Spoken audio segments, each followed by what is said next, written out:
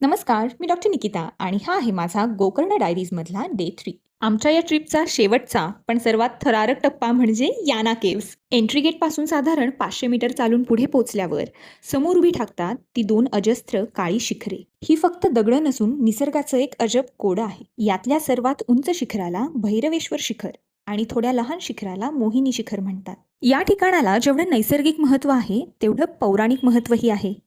असं म्हणतात की भस्मासूर राक्षसाने भगवान शंकरांना प्रसन्न करून एक वर मिळवला होता. ज्याच्या डोक्यावर तो हात ठेवेल तो भस्म होईल. पण ताकद अंगात संचारली की बुद्धी भ्रष्ट होते. तसंच झालं. तो स्वतः महादेवांनाच भस्म करायला निघाला.